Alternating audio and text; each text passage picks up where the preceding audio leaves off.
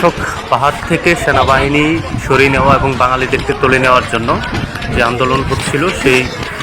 মিছিলের দিন আন্দোলনের সময় ধাওয়া খেয়ে অন্যান্য বৈষম্যবিরোধী শিক্ষার্থী তাদের ধাওয়া এবং আইনশৃঙ্খলা বাহিনীর ধাওয়া খেয়ে তারা কিন্তু পালিয়ে যাচ্ছে এবং একসময় খুবই উগ্র স্লোগান দিচ্ছিল সেনাবাহিনী এবং বাঙালিদের বিরুদ্ধে। কিন্তু শেষ পর্যন্ত এই ভাইগুলো নিজের জীবনের ঝুঁকি মনে করে তারা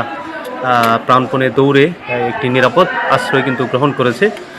দেখতে পাচ্ছি তাদের সকলের চোখের মুখে কিন্তু আতঙ্ক, তারা আতঙ্ক নিয়ে দৌড়াচ্ছে এবং পেছনে বারবার ফিরে তাকাচ্ছে এবং তাদের যেই তাদের সঙ্গে যারা ছিল তাদেরকে কিন্তু ডেকে নিরাপদ আশ্রয় চলে আসার জন্য তারা বলছে এবং একটা জায়গায় তারা শেষ পর্যন্ত জড়ো হচ্ছে।